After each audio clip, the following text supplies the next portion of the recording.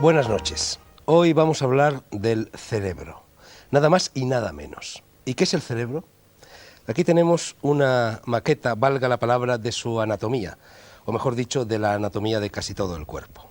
Muchas veces se ha comparado este prodigioso y misterioso órgano, común a todos los animales y extraordinariamente desarrollado en el ser humano, a una especie de sofisticado terminal de ordenadores de la enésima generación. Imaginemos que, como todos los ordenadores, tiene una entrada, un input, y una salida, un output, de datos, de energía, de reacciones y de información. En el sector de entrada hay grupos de receptores, neuronas modificadas y especializadas en transformar en señales eléctricas la información que llega a ellas procedente del mundo exterior. Algunos receptores responden a la luz, otros a las sustancias químicas, es el caso del gusto y del olfato, y otros a las deformaciones mecánicas, el tacto y el oído, por ejemplo. Los receptores entran en contacto con un primer conjunto de neuronas que a su vez sintonizan con otros, y así sucesivamente, en cada paso, a lo largo del camino, los axones se ramifican para establecer contacto con unas cuantas neuronas de las que siguen en la secuencia. Más pronto o más tarde, después de varios pasos, los axones nerviosos terminan en células glandulares o musculares, que son las salidas del sistema nervioso. En resumen, hay una entrada, que es la única vía de acceso para que el hombre conozca el mundo exterior, hay una salida, que es la sola vía de que dispone el hombre para responder al mundo exterior e influir sobre él, y entre la entrada y la salida está lo demás, que debe incluir percepción, emociones, memoria, pensamiento y todo lo que hace que el hombre sea humano. Hasta aquí, pedestre y áridamente descrito por quien, como yo, poco sabe de estas cosas, el esquema mecánico del funcionamiento del cerebro. Vamos ahora a meternos o a intentar meternos en sus honduras y también, sobre todo, en su mística y en su misterio, acompañados y guiados por 6 contertulios que sí saben y mucho de estas cosas. Enseguida los presentaré, pero antes querría leerles un poemilla breve e irónico de un autor americano, desconocido por otra parte, que sirve de colofón a este libro sobre el cerebro y la mente. Dice así. Se titula Yo, y el texto reza: creo que jamás encontraré una calculadora hecha como yo. Un yo aficionado al martini seco y a un poco de whisky con hielo. Un yo que mira a las chicas y demás, pero sobre todo a las chicas y mucho. Un yo que se abriga con un gabán y se divierte con un chiste procaz. Un yo que lleva el compás con el pie y sonríe siempre que el jazz suena. Hacen computadoras a precio fijo, pero solo las mamaitas fabrican un yo. Y recuerden ustedes, por favor, que dígase lo que se diga a lo largo de esta tertulia, es el corazón y no la cabeza el instrumento que debe dirigir nuestra conducta, o diciéndolo de otra forma, que el corazón sea el rey y la cabeza el primer ministro. Y ahora los contertulios. El primero, a mi izquierda, es el profesor Rodríguez Delgado, tercera vez que acude a este programa, malagueño de Ronda, catedrático de Fisiología durante más de 22 años en la Universidad de Yale, autor de un libro de mucho éxito, La felicidad, y actualmente director del Centro de Estudios Neurobiológicos y jefe de investigación de los laboratorios Pharma en Madrid.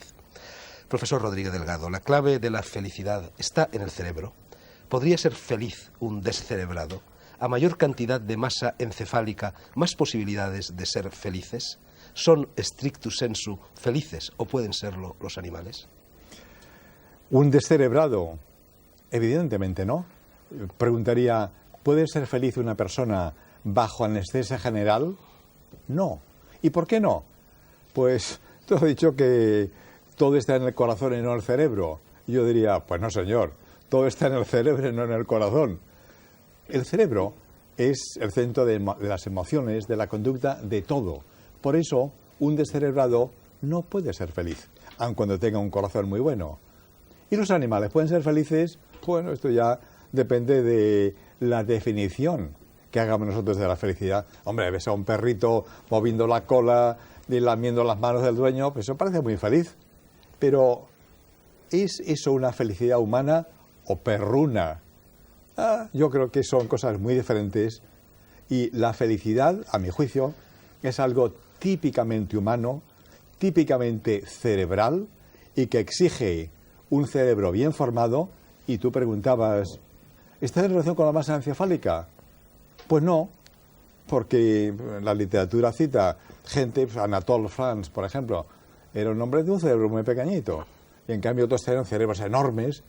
Compara un ratón con un elefante, pues vaya diferencia. Pues los cerebros son bastante parecidos en sus funciones, así es que con la masa encefálica no. Con las conexiones, y tú haces ahí una lección de anatomía preciosa, con las conexiones sí. La complejidad es precisamente la correlación.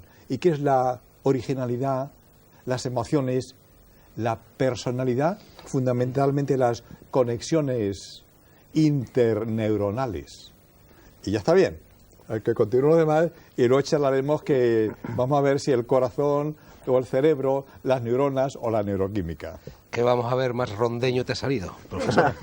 Segundo contertulio, Jacobo Grinberg, mexicano del 46, doctor en Ciencias Fisiológicas por la Universidad Autónoma de México, profesor titular de Psicología en la misma universidad, director general del Instituto Nacional para el Estudio de la Conciencia de México y autor de 36 libros. Casi deberíamos decir 37 porque está a punto de aparecer, tenemos allí la portada, Pachita, un libro sobre el chamanismo mexicano. Jacobo Grinberg estuvo aquí en el programa dedicado al holismo y casi no pudo hablar por culpa del bueno de André Malví, el sabio mutante del mundo por montera, que aquel día acaparó la conversación y no dejó abrir el pico a casi nadie. Vamos a ver si hoy tienes más suerte, Jacobo. Este programa nace de una comida, tú lo sabes también como yo. Era una comida en el curso de la cual nos contaste a mí, a Félix Gracia, a Luis Maggi, a José Antonio Campoy, a Isidro Palacios y a algún otro miembro de la redacción de la revista Más Allá y también de la tertulia de El Mundo por Montera, nos contaste, decía, el experimento culminado con éxito que poco tiempo antes, y a propósito de los modos y maneras de la comunicación directa, sin intervención del lenguaje entre cerebros, habíais llevado a cabo en México. ¿Podrías explicar ese experimento y sus consecuencias al resto de los contertulios y a todos nuestros espectadores? ¿Cómo no? Bueno, el experimento lo que intentó fue ver si existían interacciones directas cerebro a cerebro. Como tú dijiste, sin el uso de la palabra, sin el uso de movimientos, sin el uso de sonidos. Entonces lo que hicimos fue construir una cámara sonoamortiguada. Esto es una cámara que amortigua la entrada del sonido del exterior, una cámara también visualmente opaca, trabajamos a oscuras totalmente, y electromagnéticamente aislada, de tal forma que impide la entrada de ondas electromagnéticas. En esta cámara invitamos a una serie de parejas, siempre trabajábamos con parejas, a sentarse cómodamente, cerrar los ojos, no hablar, no tocarse, y en esta situación de ausencia de estimulación, lo único que existía era la presencia del uno y del otro. Más tarde o más temprano, lo que estas dos gentes empezaban a sentir era precisamente esto, la presencia del uno y del otro, hasta que llegó un momento en el que la sensación de la mayoría de ellos era que estaban en contacto directo. Un poco difícil definir, ¿no?, lo que sería el contacto directo. Se sentían uno al otro, sin necesidad de utilizar lenguaje. En ese momento, uno de los dos fue invitado a pasar a otra cámara que también habíamos construido de antemano con las mismas características. Esto es aislada, sonoamortiguada y electromagnéticamente blindada de la primera, de tal forma, y esto es muy importante, que no había posibilidad de que ondas electromagnéticas pasaran de una cámara a la otra, por lo menos de ciertas frecuencias. En esta situación les invitamos a permanecer en comunicación, o sea, seguir sintiendo la presencia uno del otro. El que se quedó en la cámara original fue estimulado, se le aplicaron una serie de destellos y registrada su actividad provocada ante los destellos, lo que llamamos un potencial provocado. Un potencial provocado, pues, es la respuesta de la corteza ante el estímulo. Es una respuesta muy conocida. Y simultáneamente estábamos registrando la actividad cerebral de la otra persona que no fue estimulada, que no sabía que su compañero estaba siendo estimulado, y lo que observamos es que cuando aparecía un potencial provocado en la persona estimulada, en la otra persona también aparecía un potencial que era sincrónico con la aparición del estímulo, con la presentación del estímulo. A esto le llamamos potencial transferido o potencial de transferencia. Y lo que está indicando es que un cerebro, de alguna forma, estableció contacto con el otro cerebro en forma directa. Y lo que le sucedió al primer cerebro tuvo repercusión en el segundo cerebro, sin que necesariamente mediara la conciencia. Por lo menos en nuestros sujetos, al preguntarles, por ejemplo, a aquellos que habían tenido su potencial transferido, ¿sentiste algo? ¿Supiste lo que pasó con tu compañero? Decían, bueno, creo que algo sucedió, pero no estoy seguro. O sea, no había necesidad de que el evento fuera consciente para que sucediera, para que el cerebro lo registrase. Ahora, ¿qué consecuencias? ¿Cuáles son amplísimas, ¿no? Porque en primer lugar nos está diciendo que el límite de la actividad cerebral no es el cráneo, ni siquiera la estructura cerebral, sino que hay un nivel de actividad cerebral que, por así decirlo, trasciende la misma estructura. Y esto se puede explicar de muchas formas, como dijo antes el profesor Delgado. Lo importante en el cerebro son las interacciones interneuronales. Esto es lo que da la inteligencia, lo que da la capacidad cognitiva, etcétera, etcétera. Se puede asumir que como resultado de una serie enorme de interacciones entre los elementos neuronales, se creen campos de interacciones. Y estos campos de interacciones, que nosotros les llamamos los campos neuronales, puedan no estar, y de acuerdo a nuestro experimento, limitados por la estructura cerebral, sino que afecten la estructura del espacio y sean medios de transmisión de cerebro a cerebro.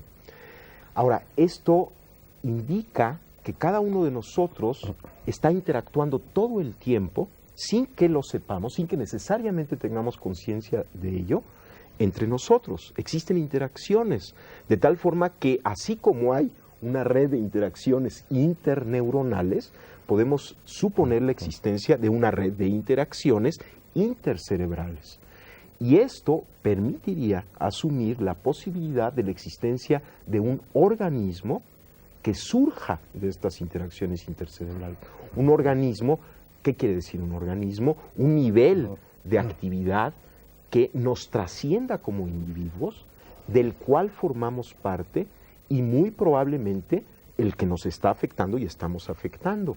Lo que podría ser quizá la base estructural o fisiológica ya de la nueva fisiología de la conciencia planetaria, de un estado de conciencia que nos incluye, que estamos alimentando continuamente y que definitivamente nos está afectando, porque podríamos decir, bueno, esta red de interacciones intercerebrales, de alguna manera, como muestra el experimento, está afectando nuestra actividad cerebral. Por lo tanto, estamos recibiendo información de esta red.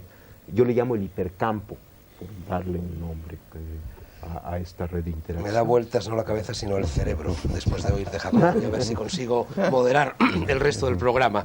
Tercer contertulio, José Álvaro Calle, que es muchas cosas. Es físico, o ha sido, ingeniero, médico y psicólogo. Ejerció la enseñanza en las facultades de Ciencias y de Medicina de la Universidad Complutense y actualmente trabaja en un centro médico especializado en patología de la comunicación y es consejero de una empresa privada dedicada a la investigación y explotación de la inteligencia artificial. José Álvaro, ¿en qué medida el impacto de un hecho en un individuo puede modificar drásticamente su personalidad sin que su cerebro sufra ninguna modificación fisiológica? Bien. Después de la explicación que ha hecho Jacobo Grinberg, creo que me facilitará esa explicación lo que quiero yo añadir para justificar la respuesta a la pregunta. Debemos hablar efectivamente de actividad cerebral y actividad mental, no de una manera dualista, tampoco yo diría de una manera casi unívoca, pero en todo caso de una manera desconocida. En lo que no cabe duda es que hay una interacción mente-cerebro que ya nadie discute. Hay una actividad química en el cerebro hay una actividad electromagnética y hay una actividad, que es la actividad mental, que naturalmente hay que tener muy en cuenta y que es la que, en definitiva, en muchas ocasiones puede justificar lo que decía Jacobo Grinberg, no entendiéndola como una entidad, como un ente separado, sino como una realidad más.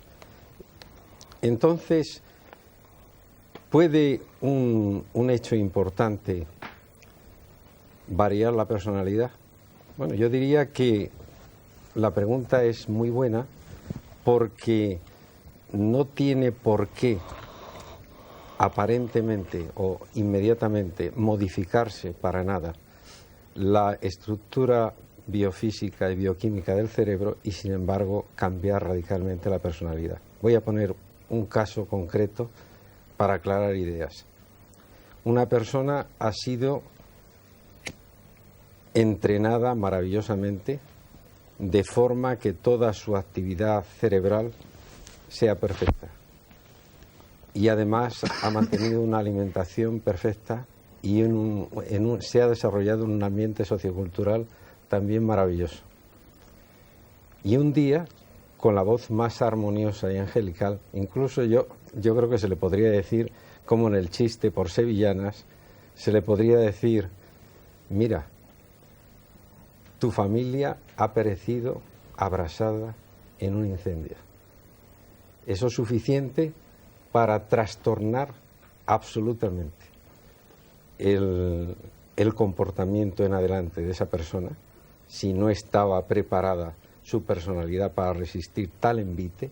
Y yo diría que eso no tiene nada que ver con la estructura biológica o psicobiológica de la persona.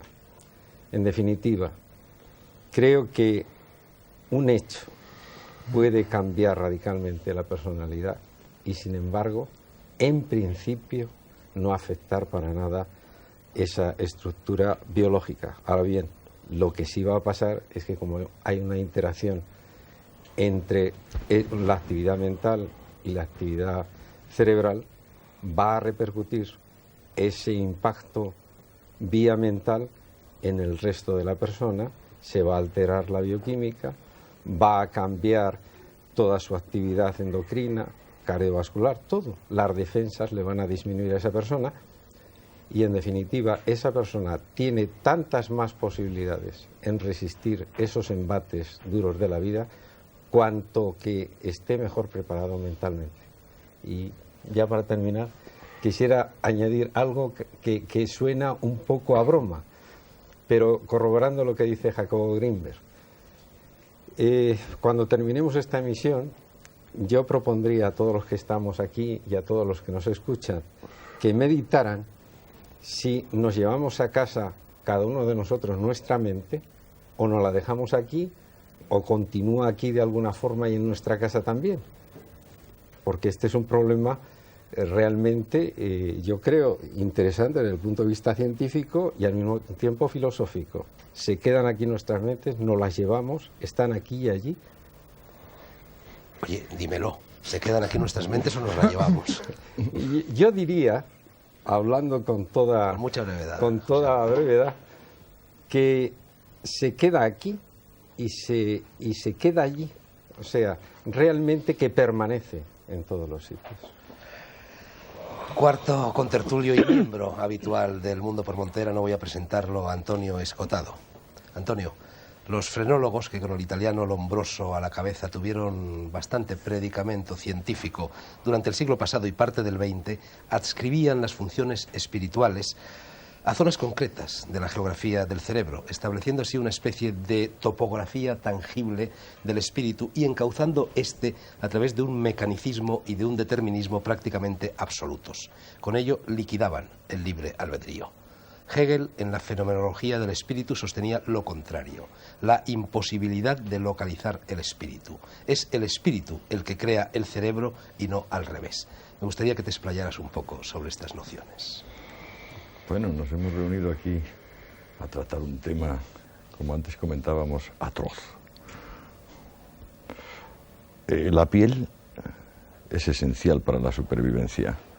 Pero aquí estamos hablando de lo que permite hablar, de la fuente del sentir. Aquí hablamos de aquello que permite tener conciencia y autoconciencia. En esa medida, entiendo que para empezar, aquí, aún más que en la física subatómica, es donde se aplica el principio de indeterminación. Las paradojas del contenido y el continente, de la condición y de lo condicionado, de lo ínfimo y de lo supremo. Cuando intentamos aplicar el principio de causalidad, por ejemplo, decimos, el sistema límbico es el origen o la localización de las emociones, o de ciertas emociones. ¿Hasta qué punto esto se distingue de decir que la forma de la uva determina el sabor del vino? Yo diría que la forma de la uva y el sabor del vino están conectadas, pero que al mismo tiempo son determinaciones libres en sí.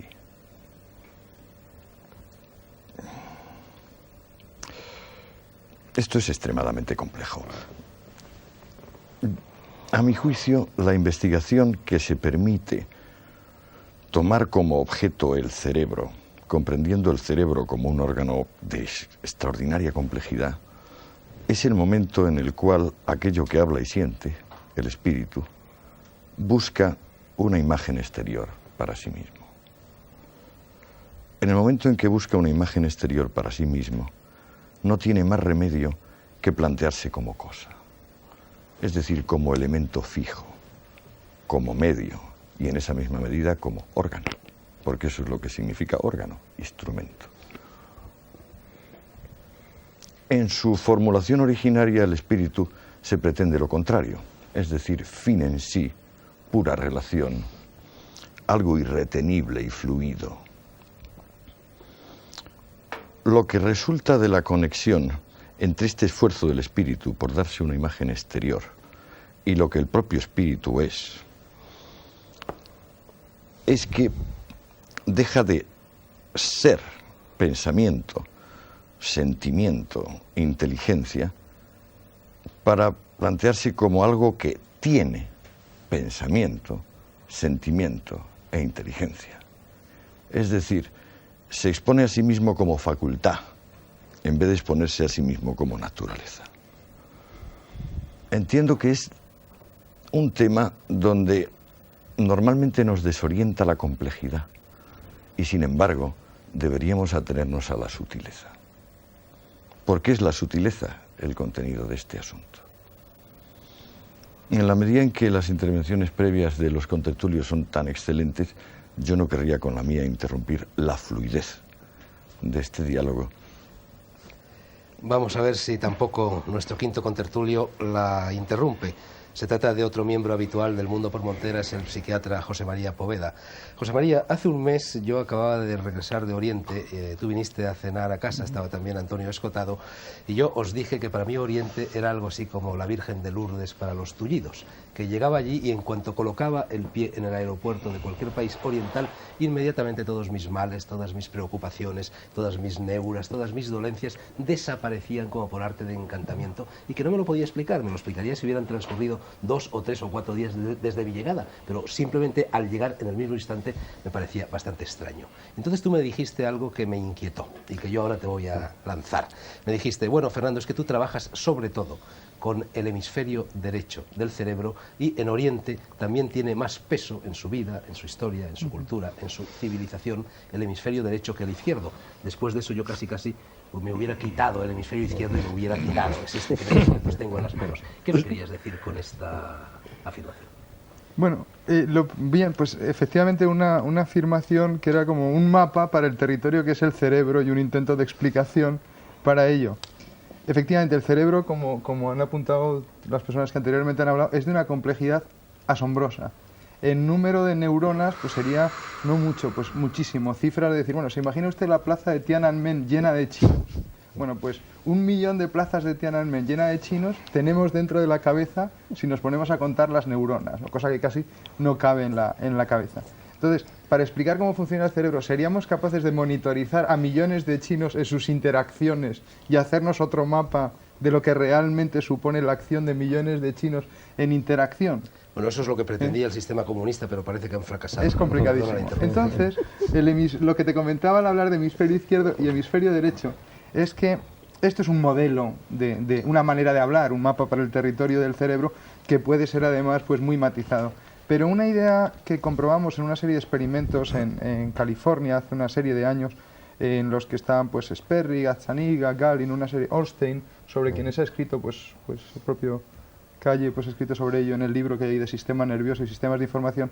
La idea fue que relajábamos a una persona que estaba con un sistema de electroencefalografía colocado y sobre una posición de reposo en el que producía pues ondas básicamente alfa generalizadas, le decíamos, póngase usted ahora a pensar que escribe una carta. Y entonces, en ese momento, la parte izquierda y cierta parte de la parte izquierda del cerebro se desincronizaba, entraba en unos ritmos más rápidos que evidenciaban acción en el cerebro izquierdo en ese momento. Pero si a esa misma persona, y estamos hablando de diestros, se le pedía, imagínese usted que es como un arquitecto que está diseñando castillos en el aire, tarea que en vez de ser de escribir y racional, era una tarea visuoespacial. En ese momento, la parte que se desincronizaba era la parte derecha. Entonces, con esto queríamos decir que no se puede hablar de un localizacionismo a lo vasto, pero que lo que encontramos es que las partes que se ponían a trabajar eran distintas según la tarea. Entonces, a partir de ahí se han extrapolado una serie de ideas, que es decir, entonces el hemisferio izquierdo podría ser un modo de procesar la información que utiliza coordenadas verbales de secuencia temporal lineal. O sea, el pensar en el tiempo del reloj sería típico de hemisferio izquierdo, que sería algo muy verbal. Mientras que el hemisferio derecho se manejaría en la realidad con visualizaciones, flashes, un tiempo circular más bien, estados de ánimo no verbalizables fácilmente. Entonces, en este sentido se quiere decir que para un europeo, cuando uno llega a Oriente, está todo como tan difícil de cosificar o de codificar a bote pronto, de ponerle la palabra, que ya el hemisferio izquierdo se desconecta automáticamente. La idea entonces es que el paradigma este del lado izquierdo, analítico, crítico, masculino, activo, occidental, en oposición a un lado derecho, pasivo, femenino, más capaz de recibir, es un paradigma que nos sirve en ocasiones para explicar, por ejemplo, al grupo de Milton Erickson le sirve para explicar la hipnosis. Dicen, en realidad, hipnotizar a alguien es dejarle tranquilo a su hemisferio izquierdo, crítico y tal, dándole un cuanto de razón como a los locos. Y entonces cuando te hipnotizan te dicen, ¿le pesa a usted no sé qué? Pues claro que le pesa, siempre me pesa. Y si pacificas al hemisferio izquierdo, pasas al hemisferio derecho de la persona y ya puedes hacer un trabajo de hipnosis. Para explicar incluso la creatividad según Sperry y Gazzaniga. Lo que dicen, un señor es tanto más creativo cuando sepa conectar el hemisferio izquierdo, el verbal, con el derecho. Y entonces, en la medida en que él haga síntesis de estos dos modos de la realidad, claro, el hacer esa síntesis es estar un poco en una frontera, que es lo primero cuando uno cambia de situación. Pues entonces tiene que ser un campo para la creatividad. Y esto lo explicaban a base de conexiones de ambos hemisferios, poniendo en relación cosas que no estaban en relación antes. Y este paradigma sirve finalmente para explicar cosas tan simpáticas como el propio chiste. Según lo cual, el chiste sería como la conexión de dos procesos de la propia realidad que cuando se ponen en contacto, al ver su punto de contacto, se produce una fusión de dos campos que crean humor o que llaman la atención. Porque son dos campos que en sí son consistentes, pero cuando se ponen juntos se disloca la cosa. Quiero decir, dos códigos.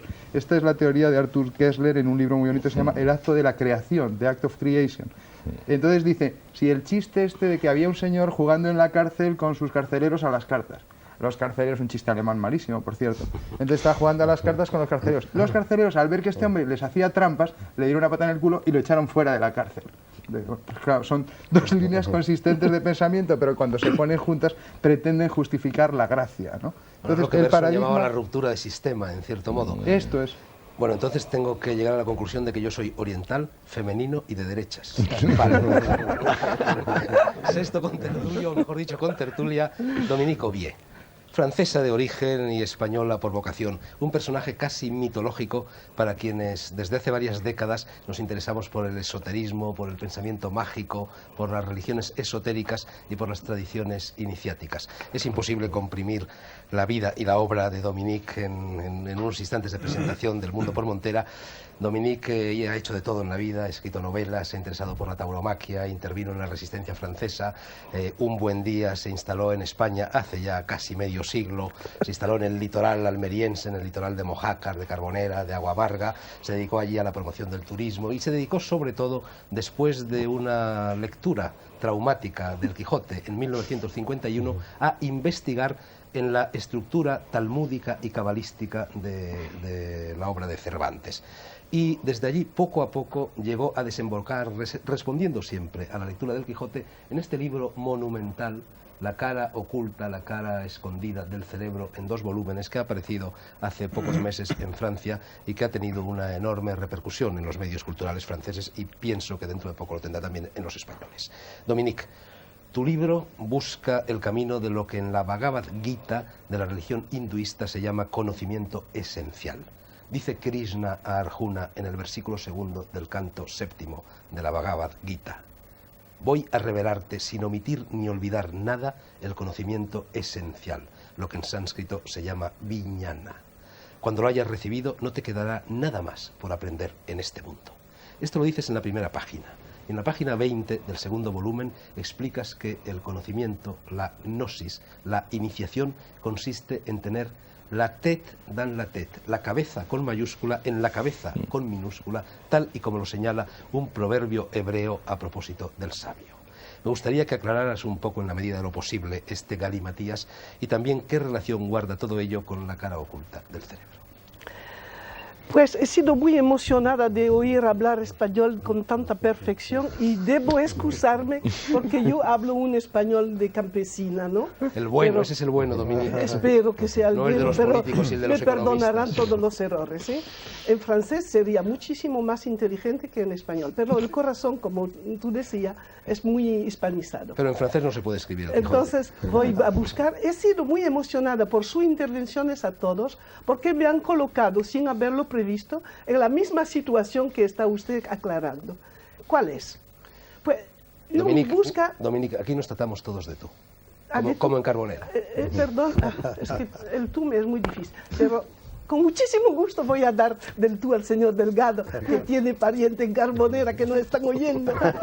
Entonces, me ha emocionado cuando tú hablaste de la felicidad. Me ha emocionado cuando tú hablaste de esta vida interior en la cual nosotros seríamos neuronas. Me ha emocionado mucho su participación, pero no voy a precisar por qué, porque no soy capaz en español. Me interesó su subtilidad y me ha conmocionado muchísimo su intervención con la izquierda y el derecho. ¿Por qué?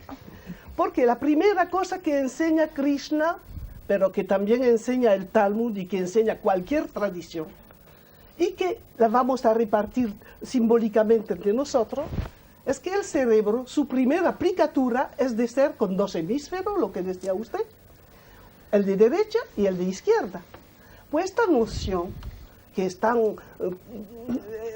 poniendo tanta pregunta a los científicos, las tradiciones la conocen perfectamente. Y le voy a decir cómo, para que vean que no voy por opiniones, sino por pruebas. ¿Conocen usted la noción de yin-yang? Lo tiene usted en la camisa. El yin lo tiene tú en la camisa. Sí, sí, está aquí. El yin, el yang es la izquierda y la derecha vista por los chinos. Yo lo llevo colgado del cuello. Lo vista por los chinos, pero cómo lo ven los chinos es muy importante. Ven la relación izquierda-derecha en su sinergia complementaria e inversada. Entonces es una manera de sobrever la relación izquierda-derecha en su funcionamiento en general. Si usted consulta la cosmología masdeana, verán aparecer 2 palabras que dicen exactamente lo mismo, que es Getik y Menok. El Getik es el estado mental que corresponde al espíritu derecho y el Menok es el motor. Si usted toma el pensamiento mexicano de los Sioux, tienen una noción fabulosa para los antropólogos, que es el tonal y el nahual. El tonal es la parte exterior, espacial, Y el nahual es la parte informativa del motor. El tonal es lo nombrable con palabras. El tonal soy yo. Y el nahual es mi cerebro. Dentro de mi cerebro, el nahual es la parte motor, la que tiene el lenguaje. Y el tonal es la otra. Y se puede seguir en muchas cosas porque el tonal y el nahual al final son los cromosomos. Al final los nahual son los cromosomos. Pero quiero decir que como el mundo de lo posible, sí, lleno de posibilidades. pero la noción, si las tradiciones conocen también la izquierda y la derecha, no es por haberlo visto como ustedes en el escape, así. No. Lo han observado. Y lo han observado en su funcionamiento. Y no solamente hay el tonal y el nahual, pero hay muchas otras cosas. En la Cábala y en el Sufí dicen con muchísima precisión la izquierda y la derecha. Es decir, que la noción de orientación, de simetría izquierda y derecha, en las religiones resveladas, en la gnosis judía, cristiana, islámica, la noción va directamente, no con yin yang, no con interpretación funcionales, sino directo a la noción izquierda y derecha. Y si ustedes leían el Zohar es un tratado concreto de cómo funciona en sinergia la izquierda y la derecha. Por eso, cuando tú decías que en India se nota una sensibilidad especial, no es porque son más de izquierda o más de derecha en el cerebro, es porque dan toda facilidad a la sinergia y a la dirección, porque la dirección es muy importante, no se va del tonal al nahual, se va del nahual al tonal. Por eso las informaciones que son en el cerebro motor condicionan nuestra comprensión en el cerebro espacial, decimos. Y las tradiciones dicen que no se debe separar. Y hay un chiste, ya que tú hablabas de chiste, chino, que me gusta mucho. Es un monje, ¿tú no eres monje frustrado? Sí, un poco. pero no Entonces, un Soriano. monje que no es frustrado está cogiendo una berenjena en el jardín. Y otro monje lo mira y le dice, tú coges muy bien esta, pero ¿cómo haces para coger la otra? Y el tío se levanta y lo mira con sorpresa. Entonces el monje que ha hecho la observación toma el instrumento del otro y coge una flor. Y el otro le dice, sí, coges tú muy bien la flor, pero ¿cómo tú harías para coger el fruto? Y un tercero monje que viene dice, Señor, hay que coger la flor y la fruta y saber coger los dos, no en el mismo tiempo, sino cada uno siguiendo el otro. Y eso es la gran noción del dentro y del fuera, que es una noción esotérica que parece tan difícil y que no lo es. Es que nosotros cuando tenemos una impresión o una información en el cerebro izquierdo, motor, inmediatamente se trasloca y se convierte en una sensación espacial, tal como se convierte en los cromosomos, el ADN que se convierte en proteína. Hay una transformación del universo verbal lineal en un universo espacial, que eso es el milagro. Ahora, esa es una técnica para memorizar, que enseñaban en algunos sitios. eso, si uno coge palabras de hemisferio izquierdo y las ve, les es más fácil luego recordarlas. Eso y es verdad organizar. para los japoneses, pero Más. no creo que sea verdad, por ejemplo, por los hebraicos, para nosotros. Porque los japoneses y los chinos y los indios son regiones de la esfera. Es que antes de hablar de esto me habría gustado precisar una cosa para ti. Pues venga, precisa Porque- y así Jacobo Sí, contesta. es que la gran noción esotérica, ya que yo no soy científica, no me pueden contradecir, ¿eh? Tengo suerte. La gran noción cabalística y sufí y gnóstica es la siguiente. El universo es un cerebro, pero el universo en el cual nosotros vivimos es nada más que la mitad de este cerebro, la parte espacial, la larga, como decía usted. es decir, la parte material. Por eso es material, por eso hay todos los mecanismos que conocemos y en este universo, detrás de él, hay la mitad que falta, la mitad verbal, existe.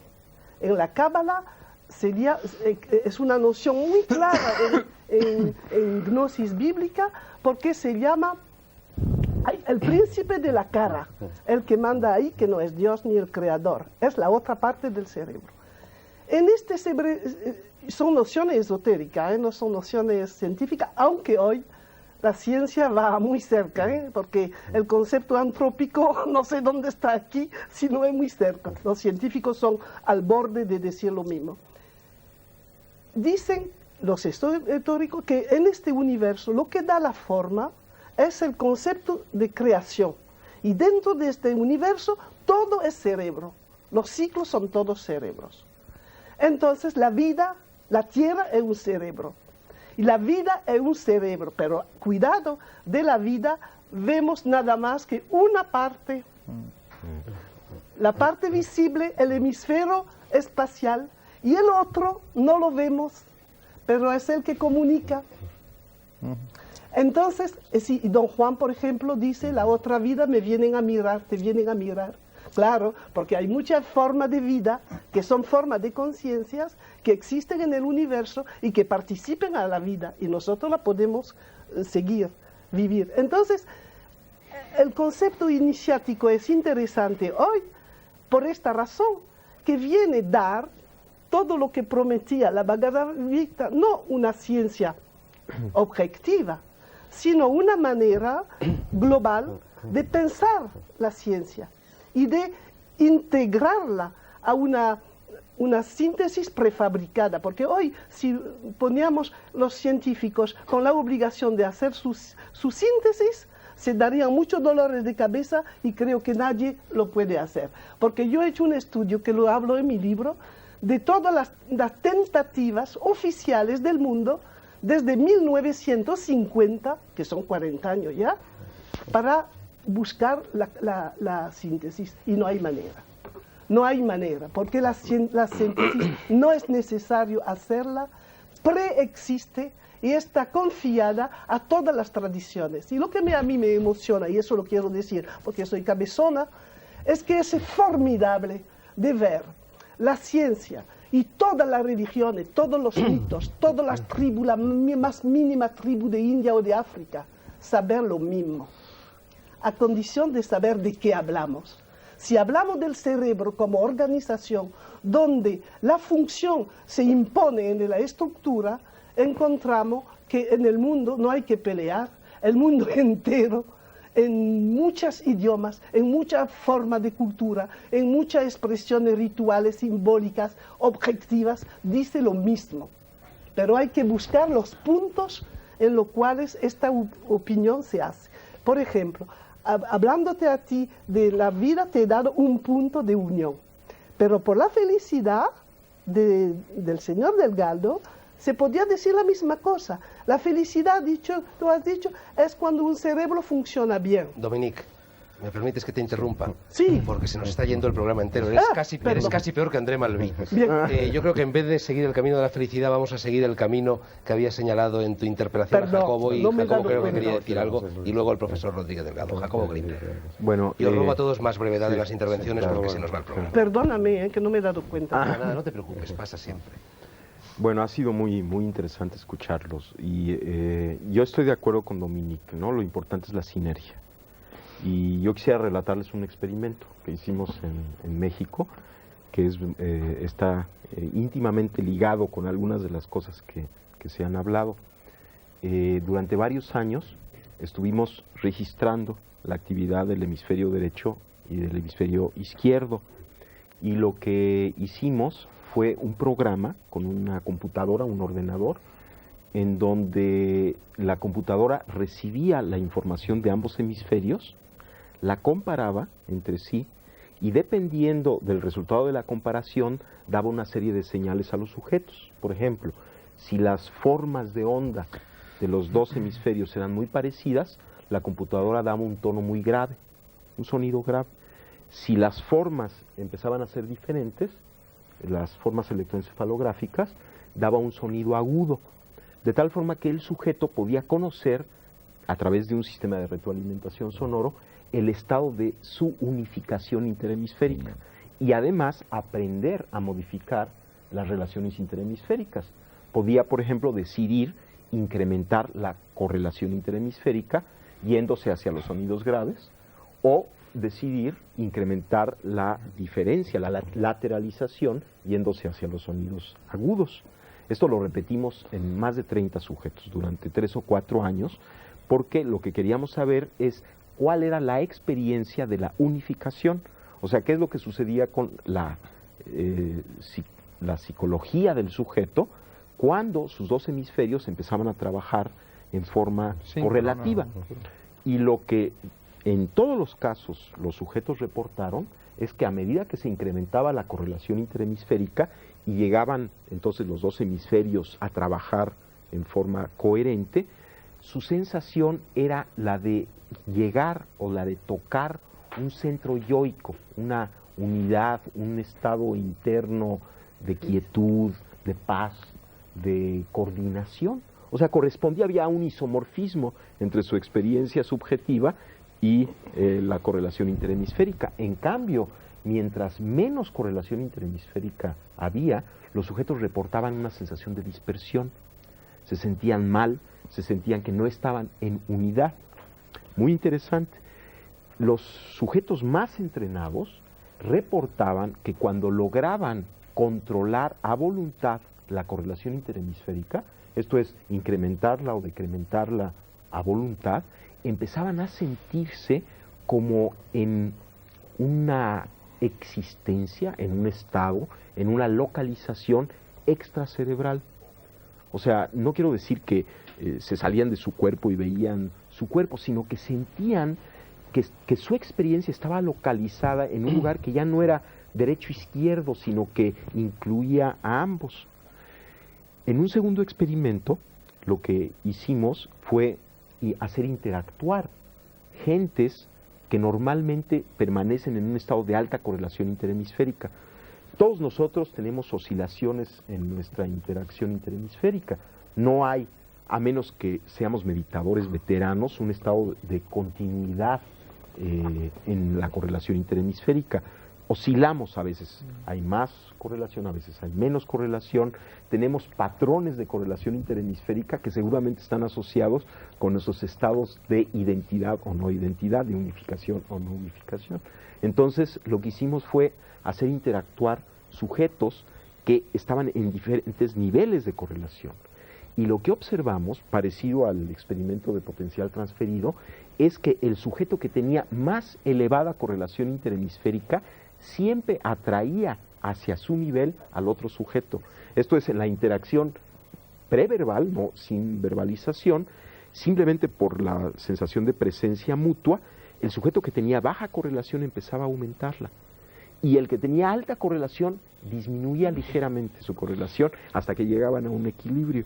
Y pienso que esto está muy interesante pensarlo en términos de las relaciones entre nosotros los humanos, cómo nos sentimos unos con los otros y hasta dónde el estado de unificación de alguien cambia el ambiente. Yo estoy un poco preocupado, porque yo creo que tenemos una intercomunicación cerebral muy buena quizá entre nosotros, pero ¿tenemos la misma comunicación con esa gente que nos está oyendo, con nuestros telespectadores? Yo creo que no. Y entonces lo que yo propondría aquí es que, en vez de tener el seminario de alta altura científica, a mí me está interesando mucho lo que está diciendo todos vosotros, pero mi cerebro está pensando en el cerebro de toda esta gente que nos está escuchando. Y se le escapa a esta gente un poco lo que estamos hablando. ¿No sería quizá más necesario el pensar el cuáles son? ¿Quién eres tú? ¿Quién soy yo? ¿Cuáles son los estímulos que estructuran el cerebro de la gente que nos está escuchando? Pues claro que las cosas tuyas tienen una enorme importancia, pero eso puede explicar transmisión de pensamiento, maravilloso. Pero el cerebro de toda esta gente, lo importante son, como tú decías, Fernando, los inputs y los outputs, los estímulos sensoriales, y esto es lo que va a formar el cerebro de toda esta gente que nos está escuchando. Y yo entonces la pregunta que yo haría a todos es, ¿cuáles son los elementos estructurales de mi yo? Del yo de toda esta gente, de todos vosotros. ¿Quién eres tú? ¿Cuáles son las cosas que a ti te dan? No, es que eso es importante por lo que la gente nos está escuchando. Pero ¿puedes dar Y respuesta entonces, a eso? ¿Cómo? ¿Puedes dar respuesta Sí, a eso? absolutamente sí. Porque el cerebro se estructura, como decía Fernando, por los estímulos sensoriales que nos llegan de fuera. Y esto, un poquito en contra de lo que decía Calle, modifica la estructura anatómica, neuronal y neuroquímica de nuestro propio cerebro. Así es que a esta gente que nos escucha, podríamos darle dos consejos. Uno, que alguno de vosotros lo habéis dicho, medita, piensa sobre ti mismo, el nostete ipsum. No es suficiente. Tienes que saber quién eres tú y qué clase de ser humano tú quieres ser. Y este es el consejo práctico para toda esta gente, y es que, iba a decir en las manos, no, en el cerebro. Cada uno de nosotros tenemos la posibilidad de estructurar nuestra personalidad con una visión hacia el futuro. Los inputs y luego los outputs, de adentro y de fuera.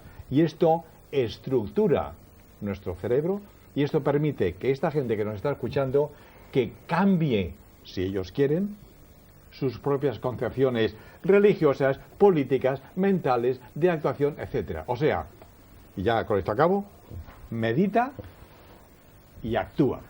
Y estos son estructuras cerebrales que te permiten modificar tu propia personalidad. Niño o niña, modifícala, medita y actúa.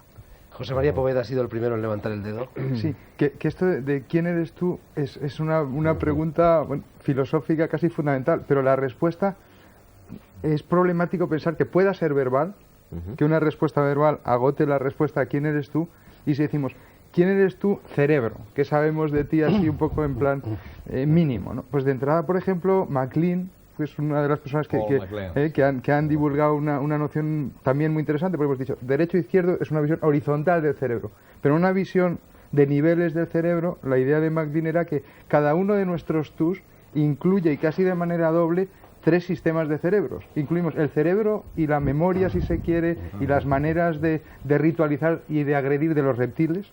Nuestro cerebro incluye también, encima de ese cerebro, un segundo cerebro que asume el anterior, pero que actúa a veces en paralelo con él, que es el cerebro del mamífero, dice MacLean, y un tercer cerebro, que es el cerebro humano. El cerebro inicial, el de la serpiente, trabaja solo en el presente, dice él. Son actos como reflejos, como los de la médula espinal.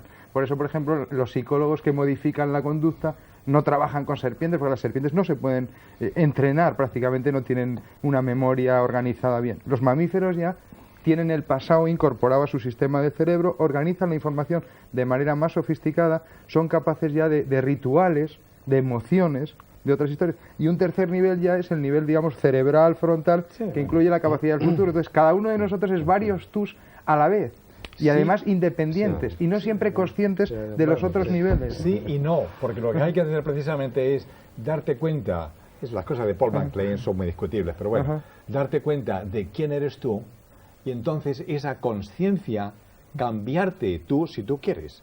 Que tú quieres ser un reptil, pues hijo, pues sélo. Pero para eso tienes que meditar y decidir el propósito de vida. ¿Cuál es tu propósito de vida? ¿Para qué haces lo que haces? ¿Cuáles son tus emociones, tus pensamientos, sobre todo tus acciones, tus ideologías políticas, tus ideologías religiosas? ¿Estás ya determinado por tus 3 cerebros de una manera ya fatal? No. Y eso es lo que yo les digo a son toda esta posibilidades, gente. grupos de Puedes posibilidades. Cambiar. Entonces, piensa un poquito quién eres y cambia si tú quieres cambiar. Eso es perfectamente posible, incluso sin la ayuda de neurocientíficos, ni de los psicólogos, ni de los psiquiatras. Tú puedes cambiar. Vamos a ver, ha pedido la palabra Escota, el rastreador, y luego José Álvaro Calle. Pues mira, sin duda a veces la gran densidad de información hace que en su expresión parezca simplismo. La idea de que el cerebro se puede explicar por una llegada de datos que se procesan y salen luego, a mí me parece conectada con una base científica que a su vez no estoy tan seguro de que dure, pero sí que ha sido importante en todo este tiempo, la idea de la caja negra. Investigamos un asunto suponiendo que es una caja negra y entonces según se entra y según se sale, No, pero bueno. así hemos entendido, por ejemplo, lo del reflejo condicionado. Así hemos llegado a entender cosas mucho más importantes como el principio de cómo se reproducen los guisantes en Mendel. Pero el cerebro no admite que se le trate como una caja negra, sino que pide que lleguemos, lo abramos y lo investiguemos. Cosa de extraordinaria complejidad. Cuando tú dices medita y piensa en tu cerebro. ¿Pero qué es tu cerebro? Tu cerebro no es más que la representación exterior del principio de la acción, que para empezar tiene bastante poco de tú y yo. O si no, no entendemos, porque el lenguaje, precisamente, por ejemplo, la palabra mesa, no es tu palabra ni mi palabra, es mesa. Es decir, la objetividad del pensamiento es al mismo tiempo su fluidez infinita, el hecho de que es irretenible y sobre todo el hecho de que no es edificante.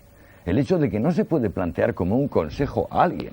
A mí no me ha gustado de lo que tú has dicho, quiero, perdóname que te diga con todo respeto, que llames a ti mismo, es decir, a un otro, la gente.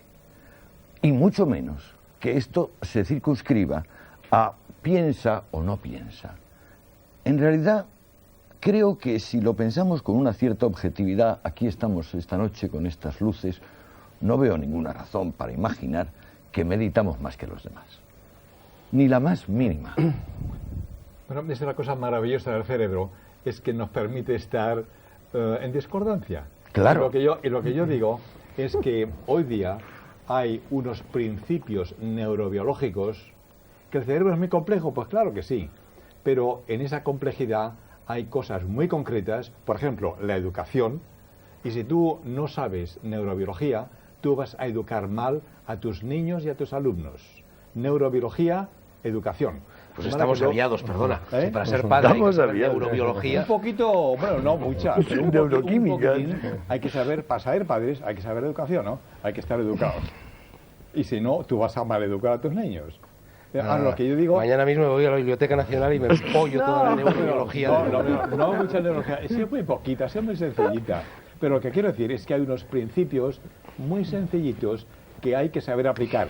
Y si no los aplicamos, es la catástrofe de la educación que tenemos en este país y en muchos otros países. Así es que hay una ciencia que es utilizable. ¿Que hay una complejidad? Pues claro que sí. Pero hay una ciencia que hay que saber utilizar. Y si no se sabe utilizar, pues las consecuencias las estamos viendo lo que pasa. Guerras, injusticia social, hambre, paro, 50.000 cosas. Así es que vamos a utilizar nuestra tecnología y nuestra ciencia mirando no al ayer, sino al mañana, con una proyección futurista de lo que tenemos que hacer hoy. Bueno, este era el consejo que lo estaba dando a los que nos escuchan. Claro, pero Que hay como que hacer das el algo consejo en vez del positivo para contenido, estamos en el mismo problema de la diferencia entre si el espíritu es un hueso, como decía Lombroso, o no. Sí. Si os parece, vamos a ver lo que nos quiere decir José Álvaro Calle, luego Dominico a mí Guillén sí y me luego gustaría, Jacobo Grimberg. pienso que es interesante que los que nos estén escuchando reciban una serie de mensajes que les sirvan de reflexión. Entonces, como gran reflexión, a mí me parece que los grandes interrogantes deben plantearse y dejarlos aquí.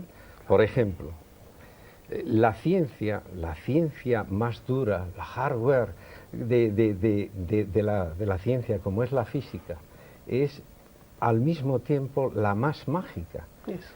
Y dice, por ejemplo, la física, identificándose prácticamente con lo que ha dicho Dominique, refiriéndose a la cábala o al sufismo o a la sabiduría oriental en general. La física más moderna de hoy día dice, en el principio, parece el Génesis, Big Bang. antes del Big Bang, ni el espacio ni el tiempo existían. Eso. No ha lugar. Después, la física moderna de hoy día, del año 89 y 90, dice, seguramente podríamos afirmar que si desapareciera la conciencia o consciencia de los seres inteligentes que pueblen el cosmos, seguramente desaparecerían El cosmos. las galaxias, los planetas, el cosmos entero. Dicho de otra forma, sigo con la física moderna, no estoy hablando, lo que pasa es que es una metafísica, suena a metafísica, pero en el sentido más profundo.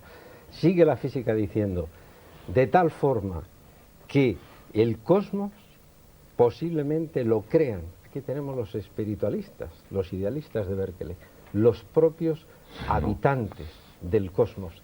El mundo Y es otra una cosa, construcción. el espacio,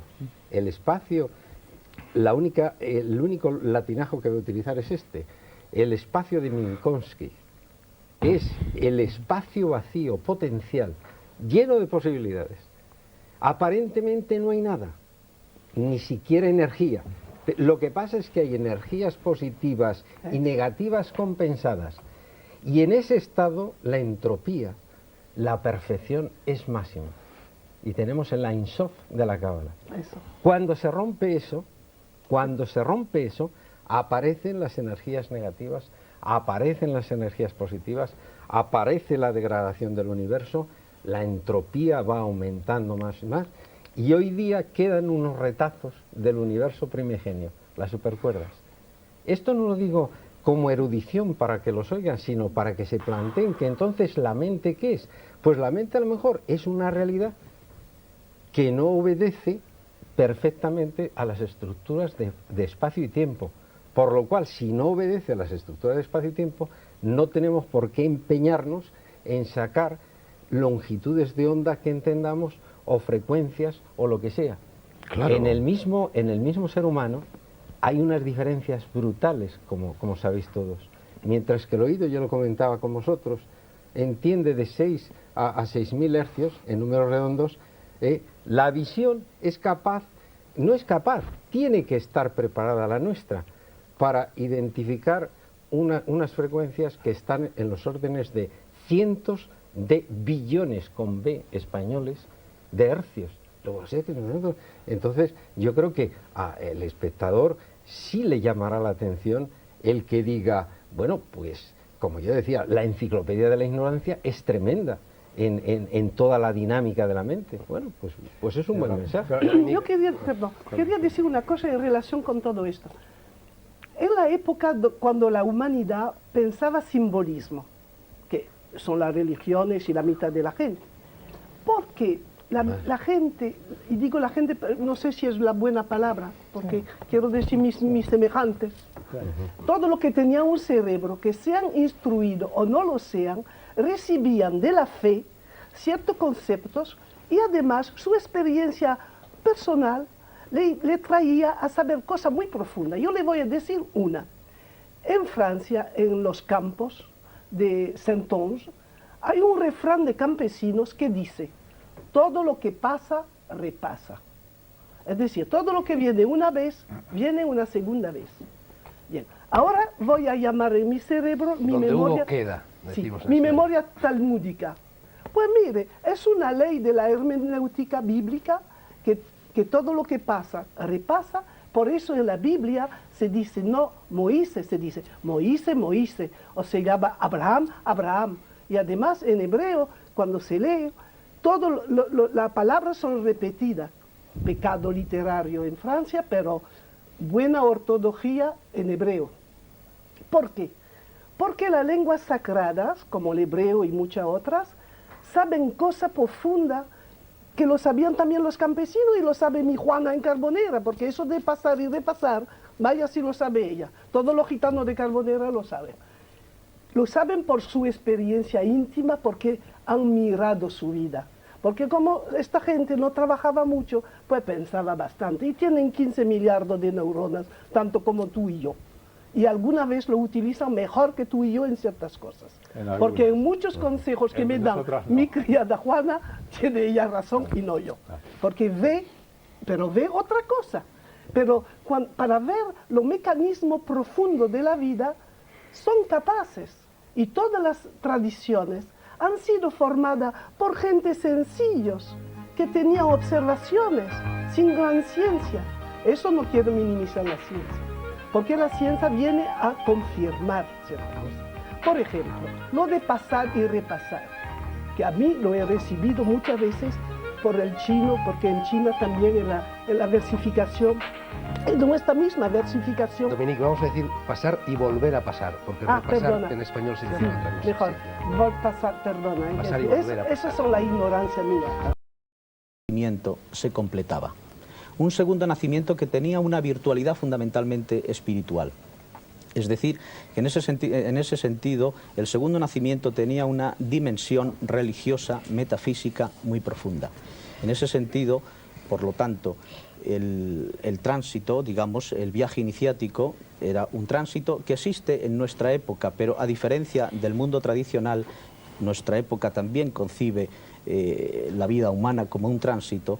Sin embargo, en nuestra época ese tránsito no tendría una dimensión metafísica, no tendría una dimensión de alcanzar un más allá, de encontrar la raíz sobrenatural de las cosas y de la vida del hombre, mientras que en ese sentido el mundo tradicional encarrilaría, digamos, el concepto de la iniciación por este camino. El hombre nace natural, nace como ser biológico, necesita de abrirse al mundo del espíritu, por tanto necesita de completarse, y de ahí su segundo nacimiento, que de alguna forma, pues bueno, estamos hablando un poco de este aspecto aquí esta noche, ¿no? Sí. Emilio, sí.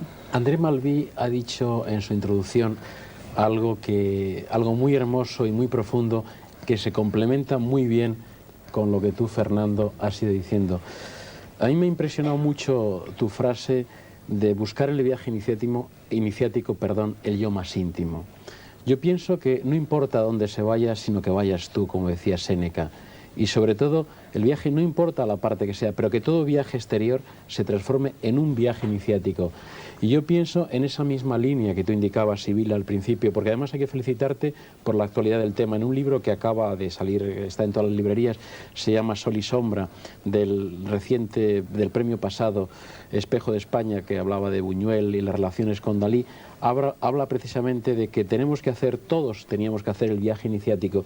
Yo creo que todo viaje tendría que ser no solamente una sensación de ver lugares, de ver sitios, sino de morir de algún modo nosotros mismos para buscar ese yo más íntimo, de transformarnos. Porque yo pienso que tú lo has dicho, el yo más íntimo, André, cualquier parte, aunque sea pequeña, aunque sea un lugar que tengamos cercano, siempre yo creo que todo viaje iniciático debía de ser un viaje de estreno, de ese estreno de esa persona interna. Tú quizá, André, podrías ampliarnos. Sí, mira, te diré una cosa, es que primero, creo que cuando alguien llega al yo más íntimo, como dices, en realidad llega a los otros, a los demás. Quien llega a la verdad y no llega a los otros, no ha llegado a ningún sitio. El secreto del viaje iniciático es que es una especie de laberinto, en el cual, como bien se sabe, para no perderse, hay que siempre girar en la misma dirección, y que al final el que encuentras no eres tú, es el otro. No un otro en concreto, sino cualquier otro. En realidad, el viaje iniciático fundamentalmente es el encuentro con el diferente. No se puede tener iluminación, no se puede tener la conciencia clara de la armonía entre todo lo que existe, sin primero enfrentarse con el diferente. El encuentro con el diferente y la necesidad de que el diferente tenga todas sus caras, al igual que tenemos cada uno de nosotros, que soñar todas las caras que podríamos tener. Yo soy capaz de soñar que soy tú, o tú, o tú, o ella, pero no lo soy. La iniciación es lo que permite, una vez hecho todo el recorrido, de poder ser cualquier otro que se te enfrente, conocido o desconocido, sin tener que tener pelea para poder tener contacto. En realidad, el viaje iniciático es la materialización de algo increíble, que somos cada uno de nosotros el universo en su totalidad, y que todo lo que hacemos tiene que ver con el universo en su totalidad, y que todo lo que pasa en el universo tiene que ver con nosotros en nuestra reducida función egoísta, ridícula, mediocre y meprisable de tener un documento nacional de identidad.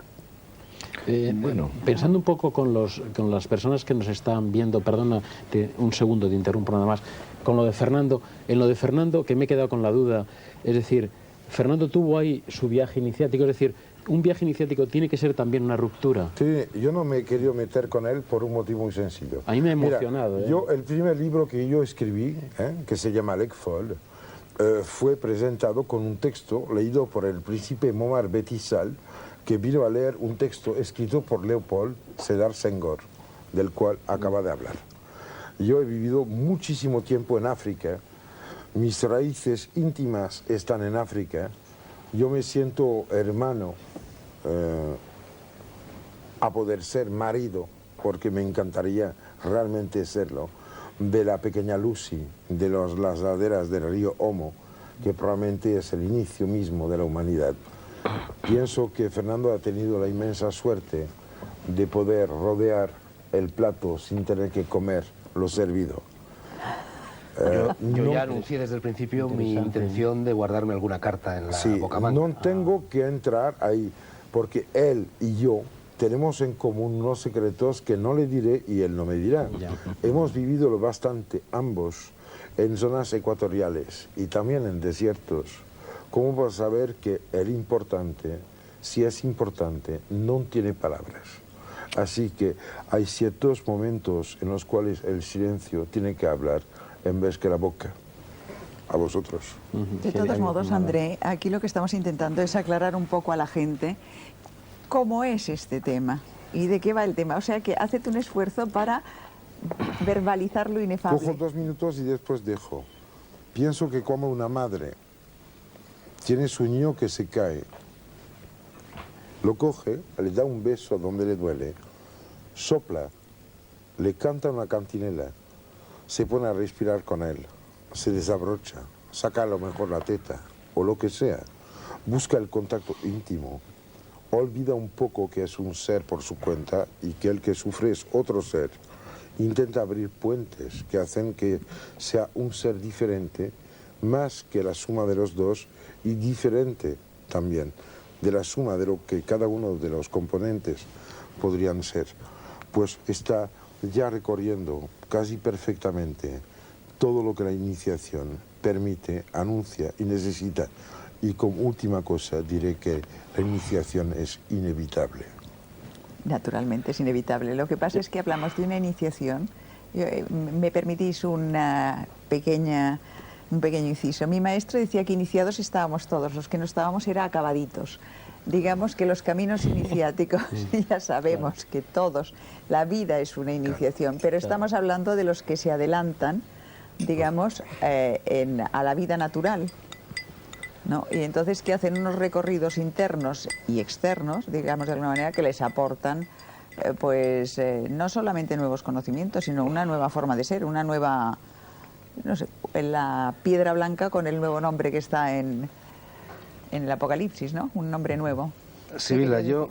¿No has terminado o no? Sí, creo he terminado, pero además creo que quería hablar Escotado y Basilio Baltasar no ha dicho nada y quiero que hablen de sus respectivos miedos. Sí.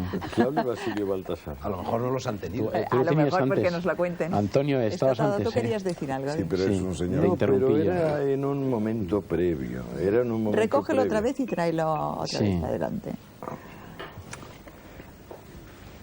Creo que André habló de que al alcanzar la verdad de sí mismo, uno en realidad se sitúa inmediatamente en el terreno de lo que llama el otro. Creo que la diferencia entre uno y otro se basa justamente en la falta de interés por la verdad. En el momento en que el interés por la verdad se hace avasallador, omnipotente, hegemónico, uno está ya en el lugar del otro. El viaje iniciático para mí es básicamente el viaje de la pequeña muerte, de anticipar aquello que da gravedad, seriedad a nuestros actos, porque imagínate que viviésemos una infinidad de tiempo, pues podríamos hacer toda suerte de tonterías y no existiría la palabra tontería. La palabra tontería proviene probablemente del movimiento entrópico de lo real que hace que, bueno, que seamos limitados en general. Pensé, lo más oportuno que podemos hacer aquí es que cada cual cuente algo parecido a una iniciación propia. Exactamente. Fernando ha contado con un cierto lujo de detalles circunstanciales una experiencia. Yo he tenido varias experiencias, no sé, desde que me dijiste que este era el tema, me debato angustiosamente en cuanto a cuál sería la oportuna, en cuanto a cuál sería la menos privada. Pienso que es la de este anillo. Este anillo lo llevaba mi madre, es lo único que recuerdo de mi madre. Cuando ella murió, yo estaba en Ibiza, en un bar, y apareció un pequeño indio hindú, y dijo, no por dinero, para mi promoción, señor, ¿qué le grabo? Y yo le dije, délivré, que en francés significa liberado, abierto a lo que acontezca. Y él dijo, I don't speak French, sir, no hablo francés, señor. Y yo dije, bueno, pues ponga released. Y puso ahí con un burrito released y con un cierto matiz entre cursi y hortera añadió un pequeño corazón con una flecha que lo atravesaba. Pasaron los tiempos y estábamos en una casa ibicenca, en una habitación ibicenca encalada, alicatada, como son las habitaciones ibicencas. Y de repente vimos el mar por la ventana como un trocito de azul y luego lo de arriba era el cielo. Bajamos buscándolo. Al llegar a la playa, no se sabe cómo, la arena se convirtió en una alfombra persa móvil y llena de objetos. Yo me di cuenta que irrumpía lo extraordinario en nuestras vidas. Entonces ella se arrodilló delante de mí y me dijo, ¿qué llevas en la mano? Y yo me quité esto. Pero entonces la miré otra vez y aunque en Ibiza en aquella época no iba la gente vestida en la playa, la vi cubierta con un velo negro.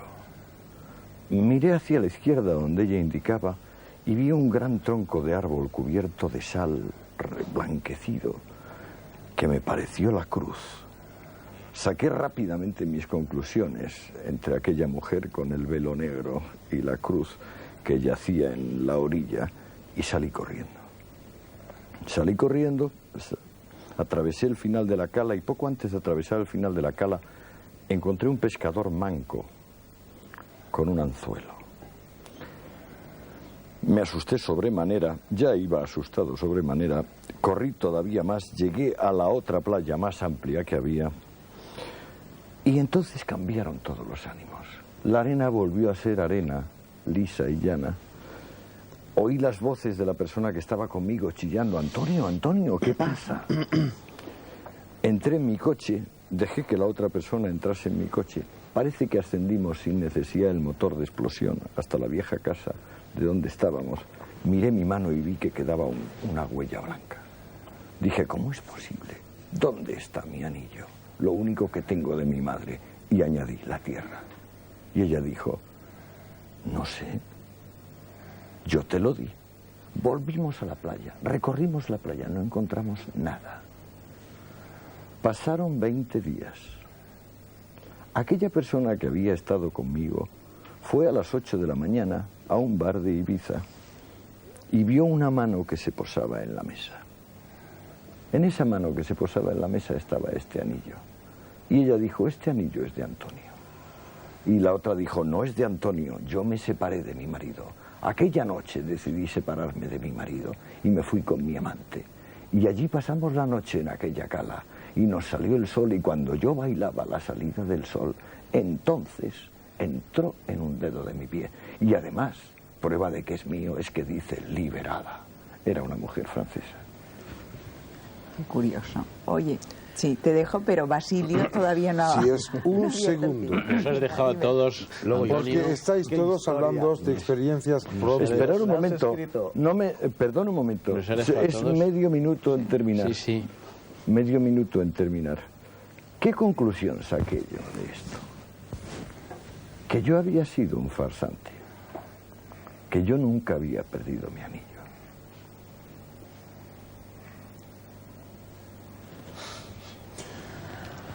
Permites, es muy rápido. Hace de esto unos pocos años me encontré una tarde en Besalú, provincia de Gerona, en la calle, con un coche parado y dentro del coche un niño de 2 años se llamaba Joffre. Era hijo de Lourdes y Jordi. Estaba muriéndose. Tenía el corazón latiendo a más de 500. Estaba realmente, al final, con fibrilación. Y me habían llamado. Yo sabe por qué. Fui ahí y me impresionó tanto este niño que empezaba y yo que al final podría acabar, que hice una especie de pacto diciendo, Dios, por favor, mira, vamos a equilibrar. Él pesa 12 kilos, yo peso 100. Vamos a intentar juntar. Le puse la mano encima, le bajó las pulsaciones, se puso normal, y yo empecé a pegar saltos. Murió el niño, murió muy poco tiempo después. Lo impresionante es que el padre, la madre, los amigos que tenían alrededor, desde este momento han cambiado de vida. Yo creo que tenemos que ser muy humildes y dejar también sitio a esas almas pequeñas, demasiado luminosas, que llegan y que no pueden vivir toda la vida en el aspecto histórico, pero que sí sirven para que de golpe nos demos cuenta que somos los tontos que cogemos una cucharada de mermelada y la vamos extendiendo muy poco a poco sobre muchas rebanadas. Y yo pienso de que si hay una conclusión, y me callaré después, que habría que hacer con todo lo que se ha dicho y se dirá, sería que, por favor, humildad, porque sin humildad no hay iniciación. La iniciación es la tierra en la cual pisas, la lluvia que te cae encima, el sol que se levanta, el frío, el calor, el hambre, el amor. Pero eso es cierto. Bueno, pero el por caso... favor, déjate hablar a Basilio, Sí, es porque verdad. yo quiero Sí, saber... Soy muy prudente cogiendo la palabra, pero cuando me la dan, no la suelto. No, bueno, te perseguiré Ya te a ti avisaremos, entonces. bueno. A ver, Hombre, bien. yo la verdad es que soy bastante escéptico respecto al tema del programa, porque escucho vuestras intervenciones con pasión de lector. Y voy a explicarte. Pues ya desde pequeños pues empezamos a rendir un culto y una admiración extraordinaria hacia ese gran género de la literatura que es el género de viajes. Y entonces, bueno, pues uno lee y uno se educa en las formaciones del mundo, en las dimensiones del mundo. Y quizá ahora yo quisiera hacer una rápida selección de 3 volúmenes. El de los viajes de Gulliver, el viaje de Jonathan Swift, el viaje a los imperios del sol y de la luna de Cyrano de Bergerac, y un tercer libro, podría haber más, por ejemplo, El viaje al centro de la Tierra de Julio Verne, pero el tercero yo citaría especialmente el de Kipling, El hombre que pudo reinar. Son 3 libros, son 3 viajes, pero lo verdaderamente sorprendente y la razón por la cual yo no puedo contar ni siquiera mentir acerca de ningún viaje iniciático es que uno sale de casa... Basilio, ¿me permites una puntualización pedante? Por favor. El cuento de Kipling no se llama así, lo que se llama así es la película basada en el cuento de Kipling. El cuento de Kipling El se hombre llama que La más quiso. hermosa historia jamás contada. Y además su Tienes toda la fundamento razón, es tienes toda la reconocimiento masónico. Pero dejarle hablar, por Dios. Sí, Basilio, sí. Nota pie de Basilio. página. Es que, Lo como malo es podéis que ver, tenemos como que podéis rematar ver, la palabra. la humildad será buena para la iniciación, pero no para los debates televisivos. Bueno, Muy bien. Es que bueno estaría que el cine se comiera A ver, la literatura. A ver, cuenta, no, cuenta. es un fallo mío que además es interesante, pero de todas maneras viene a cuento de lo mismo, porque esa relación entre cine y literatura que algunos pues denuncian con un aparente rigor, yo quizás no sería tan riguroso en eso, pero bueno, no importa. Efectivamente, la novela es de Kipling y la historia es la mía. Y la película de Houston, Entonces, que tampoco es manco. no la he visto, no sé cuál es. Maravillosa, pero el hombre que pudo ser rey. No sé. Bueno, decía, sí, bueno, estos 3 libros, exacto. Entonces uno, si soy humilde me vais a cortar todo el rato. Bueno, entonces uno lee estos 3 libros y sale de casa, ¿verdad?, a conocer el mundo, a conocer el viaje y quizás, probablemente, hipotéticamente, a esa iniciación sobre la que ha estado leyendo tanto. Pero uno no se encuentra absolutamente nada.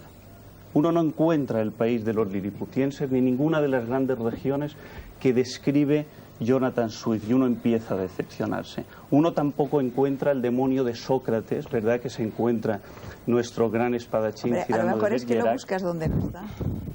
No, pero es que, espera, oye, si me interrumpís, me voy, ¿eh? No, estamos dialogando, esto es un diálogo. Masturbaciones Esto inglesas. es un diálogo y aquí hay una relativa libertad. Sí, yo estoy en el apartado de exposición de premisas. Venga, exposición de premisas. Sigue, Bueno, sigue. Entonces, uno no encuentra nada. Entonces, luego uno lentamente empieza a sospechar que el mundo no sistematiza su escenografía con la misma capacidad arquitectónica con la que lo hace un escritor. Por ejemplo, con la misma capacidad con la que Fernando y Antonio nos han contado sus propios viajes iniciáticos.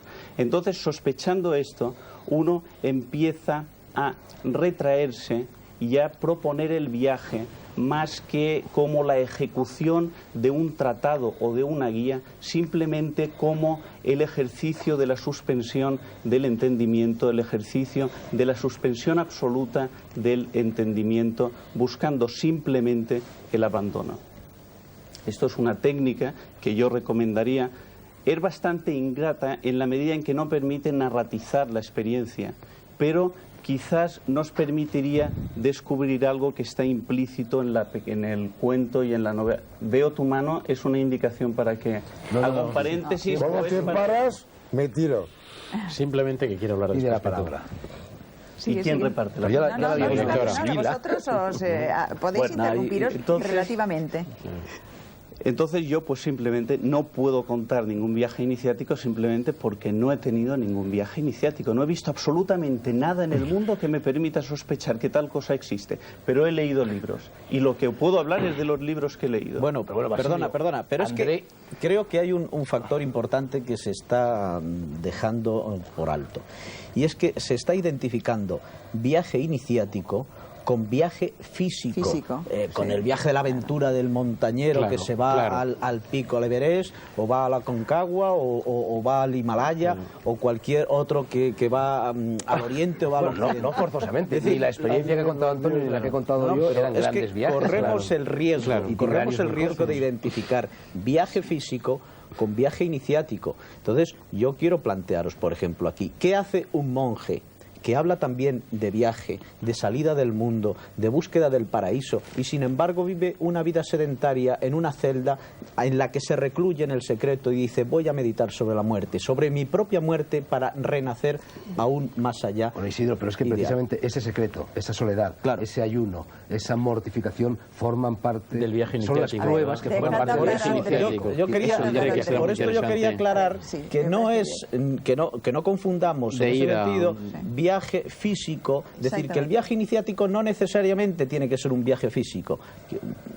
Puede haber otro tipo de viaje que no es físico. Bueno, y cuando Basilio dice que él no ha emprendido ningún viaje iniciático, yo creo que está olvidando algo fundamental, y que lo ha señalado también André Malví. El viaje iniciático, por definición, es el viaje de la vida, que concluye precisamente en ese rito de paso que es la muerte. Y tú has iniciado, como cada hijo de vecino, el viaje de la vida y te has enfrentado al calor. Y más fuerte que ese, y el viaje de la parte de la vida que es la cultura a la cual se dedica. André, por favor, André.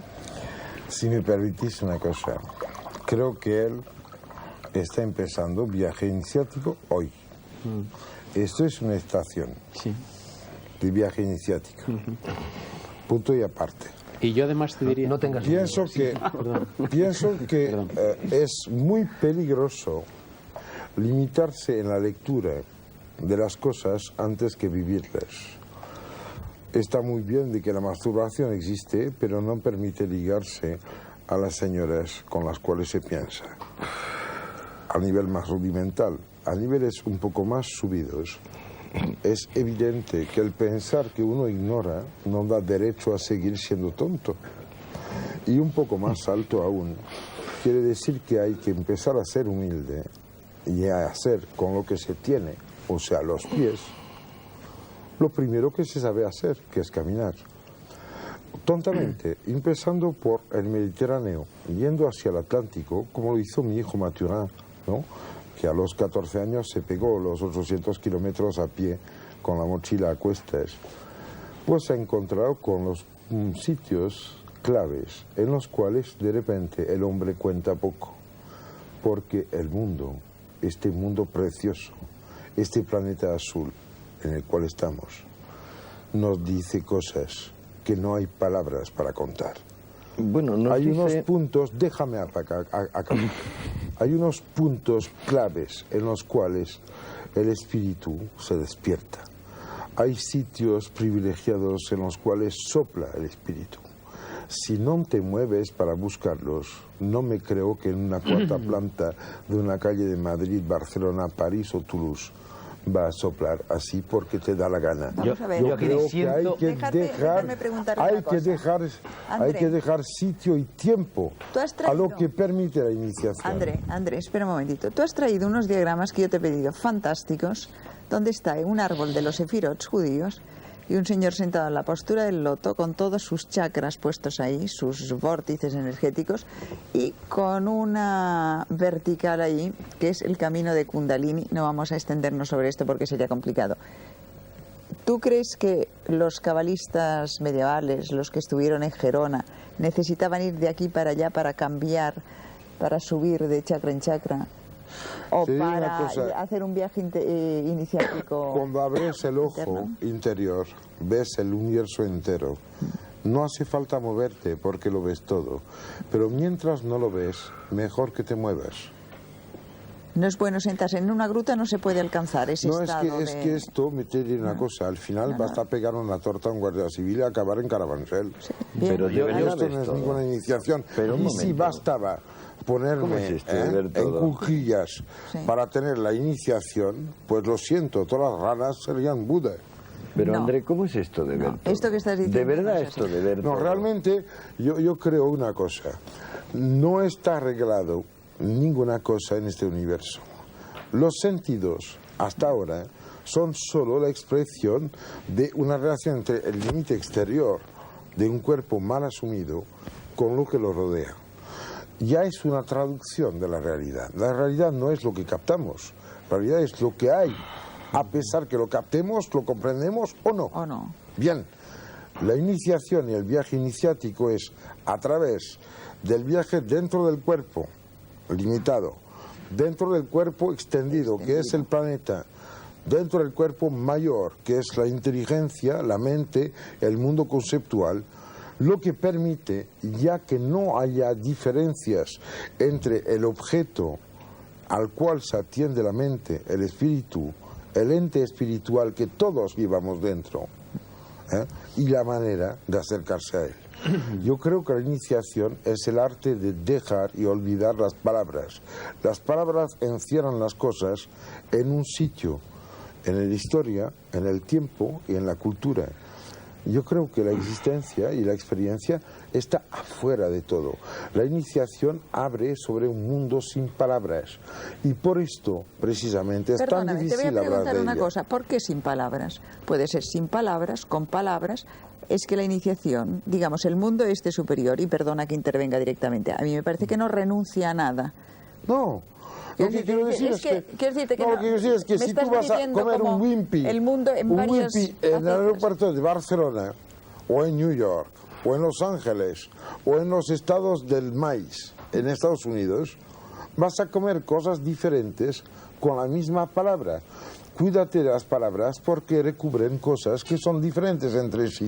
El arte de tener respeto a la diferencia es lo que permite la conciencia, lo que permite la existencia y lo que permite al ser, al yo, de no estar limitado. En realidad se trata de petar los bordes del acuario. Sí, di Fernando. No, yo creo, André, que estás desviando un poco el programa. Es decir, no se trata, como ha señalado ya Sibila, no se trata tanto de abandonar o no abandonar las palabras. También hay que abandonar las palabras y muchas cosas más. Pero yo fundamentalmente creo que de lo que se trata, lo que hay que abandonar es la noción del espacio y la noción del tiempo. La vivencia del espacio y la vivencia del tiempo. Tú, me parece que fue en el primer programa del Sol de Medianoche, dijiste una cosa muy importante. Hablaste de la iniciación vertical, no horizontal, del chamán, a propósito de cuando el chamán se colocaba en conexión armónica con el espíritu de los bisontes y pactaba las piezas que podían ser cazadas o no cazadas ese año. Con yo el creo que señor fundamentalmente de los animales. el viaje iniciático es esto, es pasar de la postura horizontal a la postura vertical, que es la que nos va a permitir ascender del microcosmos al macrocosmos. Pero yo creo que deberíamos ser un poco didácticos, porque probablemente las personas que nos están escuchando siguen desconociendo qué es un viaje iniciático. De lo que ha dicho Martín me falta algo. Un viaje iniciático es algo que tiene una serie de condiciones, una serie de puntos Perdona, comunes. Fernando, pero tiene dos condiciones, una horizontal y otra vertical, no solo vertical. Bueno, perdóname. pero para pasar de lo horizontal a lo vertical tienes que perder la noción del espacio y del tiempo, y para perder la noción del espacio y del tiempo te tienes que someter a una serie de pruebas iniciáticas. Mira, y yo creo que podríamos contar experiencias personales. Quiero comentar lo que dije la primera vez y lo que menciono ahora.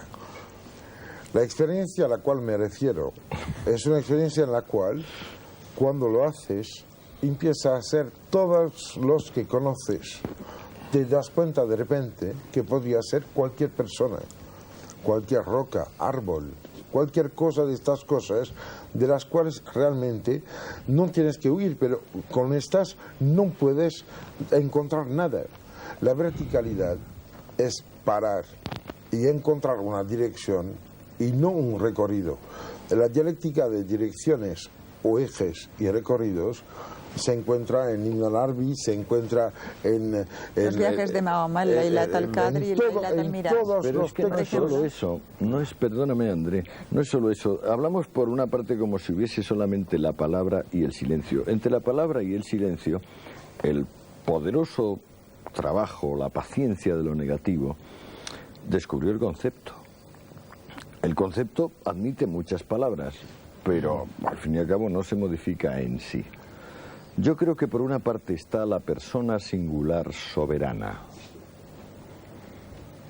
Persona singular soberana. Y por otra parte, la inmensa magnitud de lo real. No hay contradicción entre la persona singular soberana y la inmensa magnitud de lo real. El viaje iniciático es ese punto donde se conectan una cosa y la otra. Por eso mismo lo de vertical, horizontal, lo de palabra, silencio, las habituales oposiciones cesan.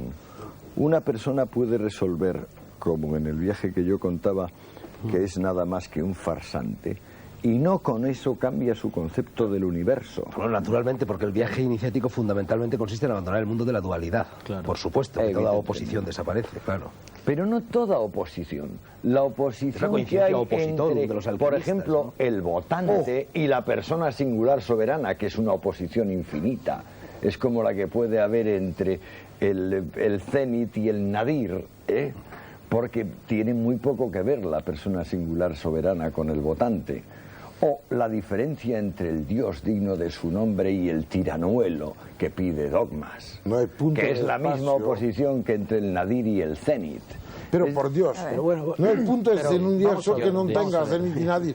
Pero hay una cosa que me molesta, es que realmente a mí me gustaría de que el testigo de la geografía del país en el cual hablamos hoy, España, tú, nos contase, porque eres demasiado silencioso, igual que No, es que no soy silencioso, es que estamos con admiración escuchando la disertación académica. Académica.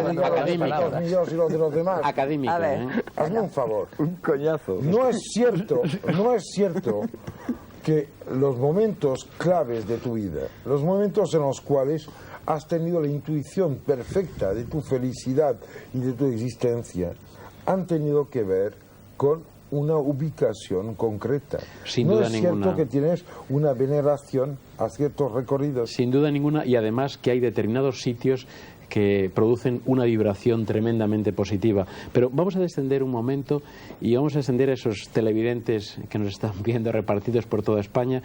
Y yo, cuando me indicaron el tema de este programa, había leído libros, nunca me había preocupado si en mi vida personal, no es ninguna petulancia, había tenido ese viaje iniciático del cual estamos hablando aquí.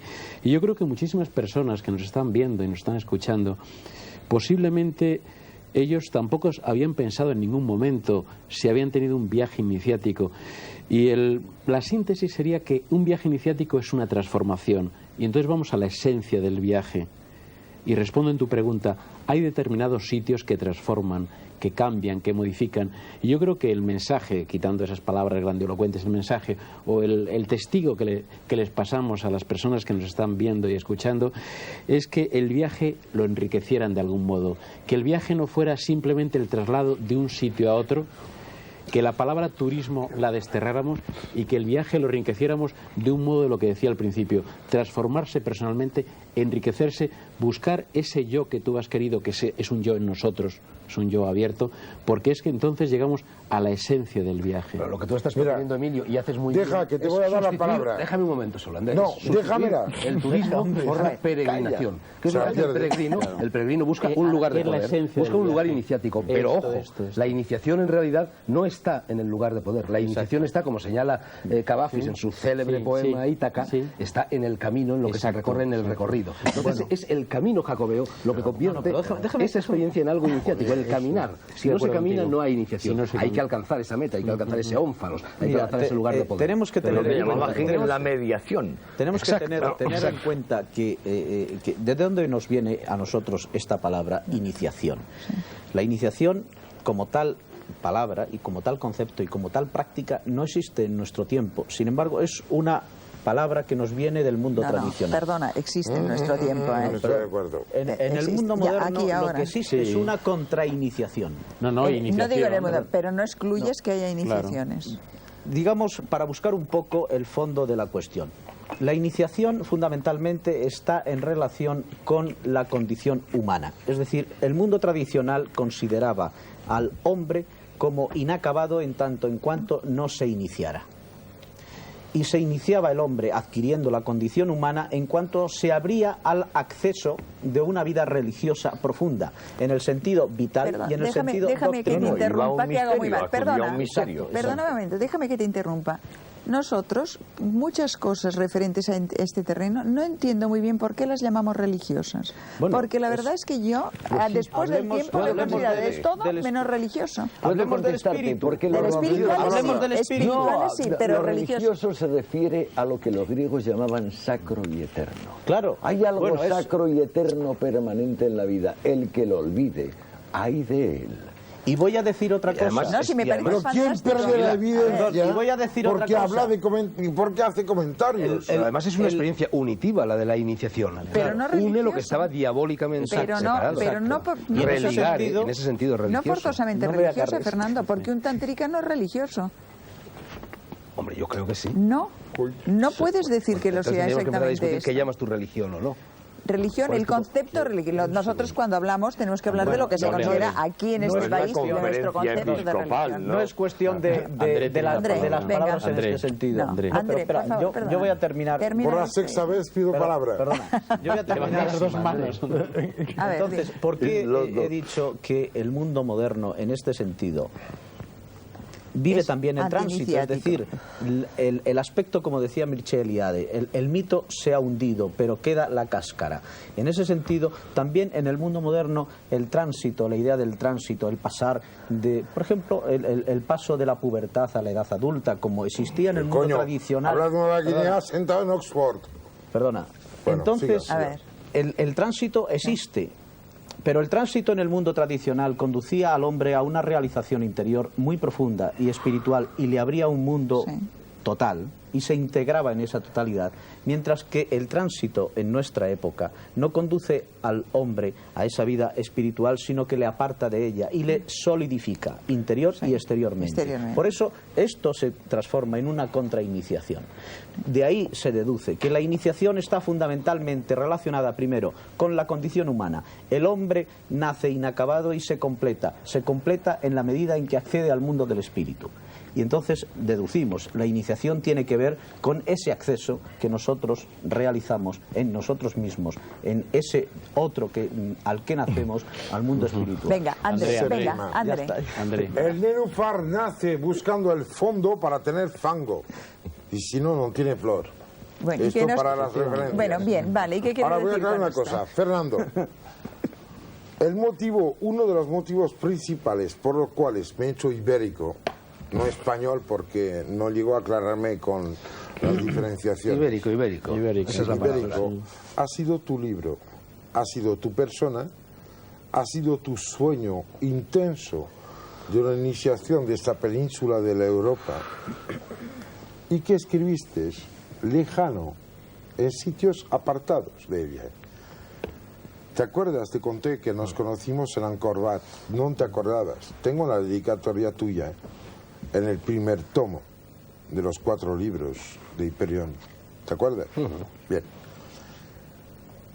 Yo creo que realmente hay un inmenso pecado, que es el de poner condicionantes casi imposibles para que alguien tenga la iniciación. Yo creo que la iniciación es tanto el hombre que empieza a hacer una pared y la hace bien, un hombre que coge una tabla y la corta bien, un hombre que coge una pluma y la usa por lo pronto, la iniciación requiere voluntad de iniciar. ¿Puedo acabar? Hombre, no estoy hablando de los compañones, estoy hablando de la francmasonería, estoy hablando de la conciencia de lo que se hace, acompañada de la conciencia de con quién se hace y del por qué. Yo creo que el iniciado que no deja paso a los que no saben no es ningún iniciado. Creo que el iniciado está a la disposición de los que no saben, siempre y cuando estas personas quieran iniciarse y estén decididas a dar ese paso. Y antes de dar ese paso, el iniciado, el maestro, avisa al futuro discípulo de que si emprende ese camino y no llega hasta el final, es derrotado por cualquiera de estos enemigos del conocimiento, se queda convertido en esclavo del templo para el resto de sus días y solo en futuras reencarnaciones. El que sirve a los que no saben es el que sabe. El iniciado está al servicio, nunca manda, nunca tiene un derecho, nunca puede ejecutar ningún mandado sobre nadie. Si alguien está iniciado, estás cometiendo un verdadero sacrilegio. Andrés, si no es eso, Andrés está queriendo hablar de la iniciación democrática. Claro, te has quitado la palabra de la boca, Antonio. No puedes eso es una contrainiciación. ¿Qué es esto? Si no me dejáis hablar, me enfadaré muchísimo. Eso es una contrainiciación. De verdad que me voy a enfadar muchísimo. Me voy a poner rabiosa. Me voy a poner rabiosa. André, en las antiguas iniciaciones, a palo limpio iban los discípulos. Maestros zen ha habido que de un barazo se han cargado a un señor y no por eso dejaban de ser maestros. Que luego tú estés de acuerdo o no, o que creas que ese no es el sistema, pero los ha habido. No voy por ahí. Yo digo que estamos en 1990. Me parece bien, pero no desvalorices tanto. Pero si la iniciación la propicia el hecho de que vamos a morir, el hecho de que vamos a morir obliga a todos a iniciarse. Lo que pasa es que unos se inician a una cosa llamada por otros psicosis, a otra cosa llamada por otros neurosis y a otra cosa llamada por otros cumplimiento. ¿Tú estás convencido? La iniciación es inevitable, todo el mundo se inicia. Todo el mundo, sin excepción. Lo que pero la mayor parte de la gente, como tú has señalado, solo en el momento de la muerte se inicia. Y en cambio hay algunos otros seres que intentan iniciarse antes. Porque tienen antes la muerte. Porque antes han hecho frente a la muerte. Naturalmente. Por Nada eso la más prueba que por iniciática eso, es la porque en vez de ir al médico, se han quedado en su casa pensando en la muerte. Efectivamente. Antonio, Fernando había empezado un tema que luego le hemos interrumpido. ¿Cuál es, o sea, para la gente que nos estás viendo, el punto de partida de la iniciación, cuál es? O sea, y también la otra pregunta es, ¿está reservada solo a unos pocos, a todo el mundo? Está reservada a muy pocas personas. A muy pocas personas. Bueno, yo antes he mencionado los Reyes Magos y los pastores, es decir, el pueblo llano que acudió al portal de Belén y los iniciados que acudieron al portal de Belén. Yo creo que no todo el mundo puede, ni quiere, ni debe iniciarse. Hay un libro fantástico que probablemente conocéis todos, Los grandes iniciados, de Edouard Chiguet, donde recrea, de una forma un poco falsa, un poco como Ivans recreó el palacio de Gnosos en Creta, pero bueno, puede servirnos para ejemplarizar. Chiguet cuenta en este libro cómo se producía la iniciación en los templos del antiguo Egipto, que al fin y al cabo es la iniciación más antigua que conocemos, a no ser que nos remontemos a la Atlántida. Bien, en los templos del antiguo Egipto, cuando una persona quería iniciarse, ya tenemos aquí la primera condición del viaje iniciático, la voluntad de querer iniciarse, la voluntad de querer adentrarse, recorrer ese laberinto, enfrentándose a una serie de pruebas para alcanzar, como hace Teseo, en el mito de Teseo, el Minotauro justo en el centro del laberinto y empaparse con su sangre, ver cara a cara a la muerte allí. Entonces este individuo llegaba al templo, llamaba a su puerta y le abría el padre portero, por así decir, el hierofante portero. Y entonces, cuando el individuo que llegaba persuadía de que verdaderamente era sincera su voluntad de ser iniciado, entonces le avisaban de lo que le iba a suceder. Te vas a enfrentar a horribles pruebas, si las superas te iniciaremos y si no, el resto de tus días, como he dicho antes, los pasarás convertido en un esclavo del templo y no tendrás ninguna otra posibilidad de reivindicación. Déjame termino enseguida. Entonces este individuo, precisamente para hacerle abandonar estas nociones de espacio y tiempo, era abandonado a lo largo de esas galerías secretas del templo, de las pirámides, donde lo mismo se pasaba 3 meses o 30 años, porque había perdido la noción del tiempo, igual que cuando se ingiere una droga psicodélica, un alucinógeno,